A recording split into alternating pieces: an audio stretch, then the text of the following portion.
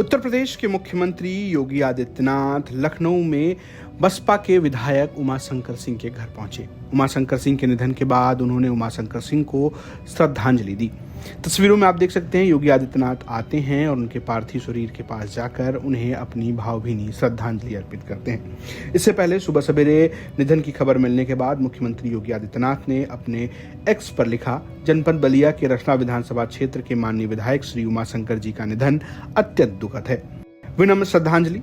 प्रभु श्री राम से प्रार्थना है कि दिवंगत पुण्य आत्मा को अपने श्री चरणों में स्थान तथा शोकाकुल परिजनों को यह अथाह दुख सहने की शक्ति प्रदान करें। ओम शांति। आपको बता दें कि उमाशंकर सिंह बसपा के इकलौते विधायक थे। रसरा सीट से वो लगातार दूसरी बार जीतकर इतिहास दर्ज किया था। 2022 के चुनाव में जब बसपा बिल्कुल फेल हो गई, उसके बावजूद भी उमाशंकर सिंह अपनी विधानसभा से चुनाव जीते और वो बसपा की अकेली आवाज बन गए। विधानसभा के अंदर बहुजन समाज पार्टी की बात होने पर वो बिल्कुल खुलकर बात रखते थे। यहाँ तक कि मायावती उन्हें अपना मुंह भोला भाई भी कहती थी। मायावती उन्हें राखी भी बांधती थी। उमाशंकर के निधन के बाद मायावती भी उनके घर पहुंची और उन्होंने भावुक होते हुए अपने भाई को याद किया। जब से बीएसपी में उन्होंने ईमानदारी वफादारी के साथ उन्होंने कभी बीएसपी और इतना ही नहीं, उन्होंने बीएसपी में रहकर अपने क्षेत्र का भी ध्यान रखा, समाज का भी ध्यान रखा और ऐसे डेडिकेटेड हमारी पार्टी के विधायक उनकी लंबी बीमारी के कारण कल जो उनकी डेथ हुई है, मृत्यु हुई है, ये समाचार सुनकर और इस दुख की घड़ी में मैं उनके पूरे परिवार के साथ हूँ, उनके रिश्ते नातों के साथ हूँ और ख़ास तौर से अभी वो तो जिंदा नहीं है। मेरा तो यही कहना है कि उमाशंकर सिंह जी के परिवार के लोगों को आपने जब तक बीएसपी में आप जिंदा रहे हैं, आपने ईमानदारी का अपना परिचय दिया है। आपको ये मालूम है कि वो बिजनेसमैन थे और अक्सर आपने देखा है कि जो बिजनेसमैन होते हैं, जब सत्ता परिवर्तन होता है तो वो परिवर्तन पार्टियां बदल देते हैं।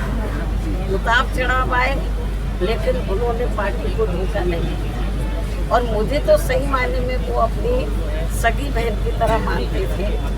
ये महीने में शायद रक्षाबंधन भी है तो मेरे ख्याल हमेशा रक्षाबंधन पे मैं लखनऊ में रही हूँ या दिल्ली में रही हूँ तो मुझसे उन्होंने राखी बंधवाई।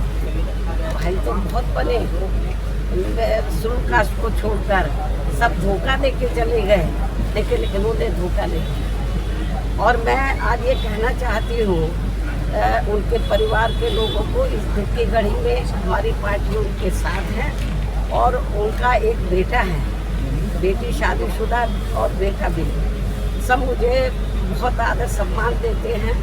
तो मैं इस मौके पर पूरे परिवार को ये आश्वासन देना चाहती हूँ, यदि परिवार चाहेगा तो उनके बेटे को मैं राजनीति में आगे बढ़ावा दूंगी, उनके स्थान पर उनको पूरा महत्व दूंगी। हालांकि ये मौका ऐसा कहने का नहीं है, लेकिन फिर भी मैं उनको जो है उनके परिवार को ये दुख की घड़ी में राजनीति में वो काफ़ी सक्रिय रहे हैं, समाज में लोगों की बहुत सेवा करते रहे हैं। तो मैं परिवार चाहेगा तो उनके बेटे को मैं राजनीति में आगे करूँगी। और जहाँ तक उनकी विधानसभा का सवाल है, रसड़ा जो विधानसभा बलिया में, मेरे ख्याल जब भी उन्होंने चुनाव लड़ा बीएसपी से हमेशा उन्होंने चुनाव जीता है और क्षेत्र की जनता का पूरा ध्यान रखा है।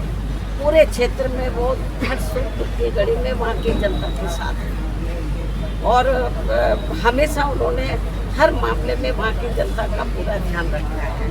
और मुझे लगता है उनकी विधानसभा के क्षेत्र के लोग भी चाहेंगे कि अब वो नहीं रहे हैं, उनके बेटे को बढ़ावा दिया जाए।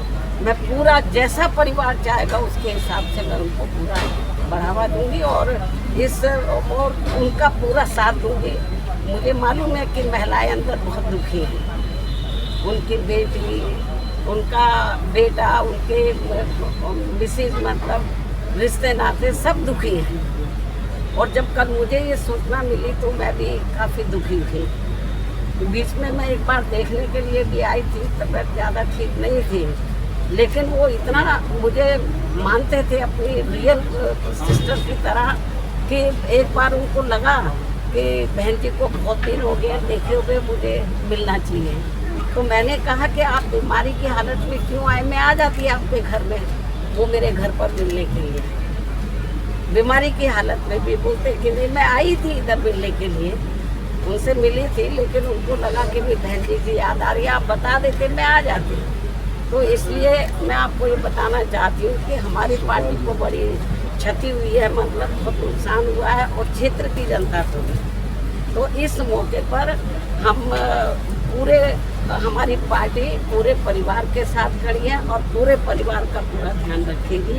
धन्यवाद। आपको बता दें कि उमाशंकर सिंह के यहाँ बीते दिनों रेड भी पड़ी थी, आईटी के छापे भी पड़े थे। उस दौरान ये बात सामने आई थी कि उमाशंकर सिंह कैंसर से पीड़ित हैं और अपना इलाज करा रहे हैं। लंबे समय से कैंसर से पीड़ित उमाशंकर सिंह का निधन 5 अगस्त की देर रात को हुआ। उसके बाद लखनऊ के आवास पर उनका पार्थिव शरीर रखा गया है, जहां उनके चाहने वाले तमाम नेता उन्हें श्रद्धांजलि दे रहे हैं। जानकारी के मुताबिक बलिया के रसड़ा में ही उनका अंतिम संस्कार किया जाएगा।